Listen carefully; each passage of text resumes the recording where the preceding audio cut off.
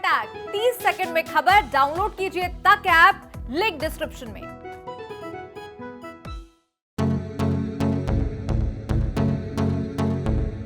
दिल्ली के लोगों को नए साल से काफी उम्मीदें थी। उम्मीद ये कि नए साल में कोरोना की मार से शायद राहत मिले, लेकिन राजधानी दिल्ली में नए साल की शुरुआत कोरोना के 3 गुना मामलों के साथ हुई। जो आंकड़े 29 दिसंबर को 923 थे, वो अचानक 1 जनवरी यानी नए साल के दिन 2796 हो गए। तो वहीं 2 जनवरी को ये आंकड़े बढ़कर 3000 के पार चले गए। दिल्ली में बढ़ते मामलों ने हड़कंप मचा रखा है। लोग पैनिक कर रहे हैं, लेकिन इस बीच दिल्ली के सीएम अरविंद केजरीवाल दिल्ली के लोगों से कह रहे हैं कि चिंता और पैनिक की कोई बात नहीं है। ऐसे में सवाल ये है कि जब दिल्ली में कोरोना के मामले लोगों को डरा रहे हों, तो केजरीवाल पैनिक ना करने की बात किस आधार पर कर रहे हैं। दरअसल केजरीवाल ने दिल्ली में बढ़ते मामलों को दूसरी लहर से कंपेयर करते हुए बताया कि 27 मार्च 2021 यानी दूसरी लहर के दौरान दिल्ली में जब 6600 एक्टिव मामले थे, तो उनमें से 1150 मरीजों को ऑक्सीजन बेड की ज़रूरत पड़ी और 145 मरीजों को वेंटिलेटर की ज़रूरत पड़ी। लेकिन 29 दिसंबर 2021 को जब दिल्ली में 2191 एक्टिव मामले थे, तो उनमें से सिर्फ 262 मरीजों को अस्पताल में भर्ती होना पड़ा। तो वहीं 2 जनवरी 2022 को जब दिल्ली में 6360 एक्टिव मामले हो गए, तो उनमें से सिर्फ 2047 मरीज ही अस्पताल में एडमिट हैं और उनमें भी सिर्फ 82 मरीजों को ऑक्सीजन बेड और 5 मरीजों को वेंटिलेटर पर रखा गया है। यानी इन आंकड़ों से साफ पता लग रहा है कि डेल्टा के मुकाबले ओमिक्रॉन उतना घातक नहीं है।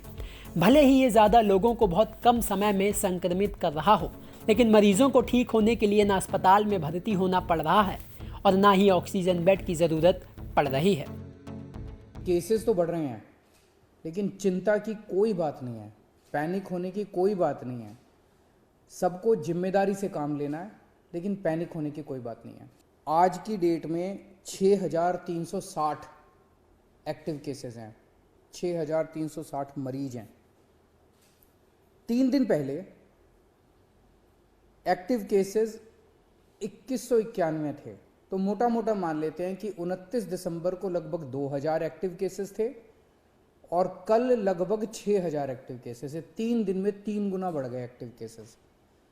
29 दिसंबर को 2000 एक्टिव केसेस थे, 1 जनवरी को 6000 एक्टिव केसेस थे, 3 गुना बढ़ गए।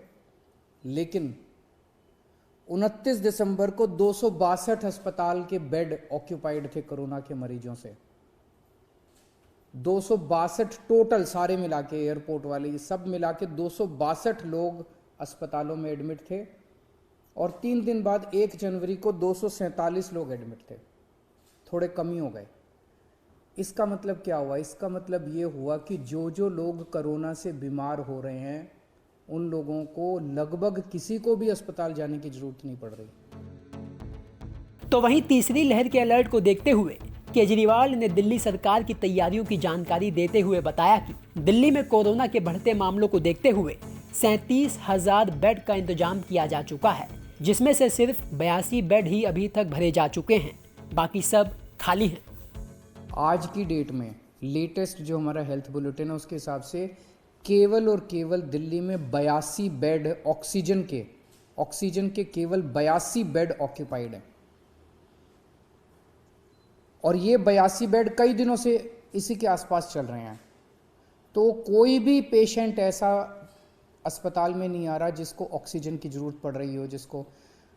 आज हमारी तैयारी है 37,000 बेड्स की। दिल्ली में आज दिल्ली सरकार 37,000 कोरोना के ऑक्सीजन बेड्स की तैयारी करके बैठी है कि अगर ज़रूरत पड़ेगी तो हम 37,000 बेड्स हमारे पास तैयार हैं और केवल 82 बेड्स इस टाइम ऑक्यूपाइड हैं, जबकि 6,000 से ज़्यादा पेशेंट्स दिल्ली में कोरोना के हैं।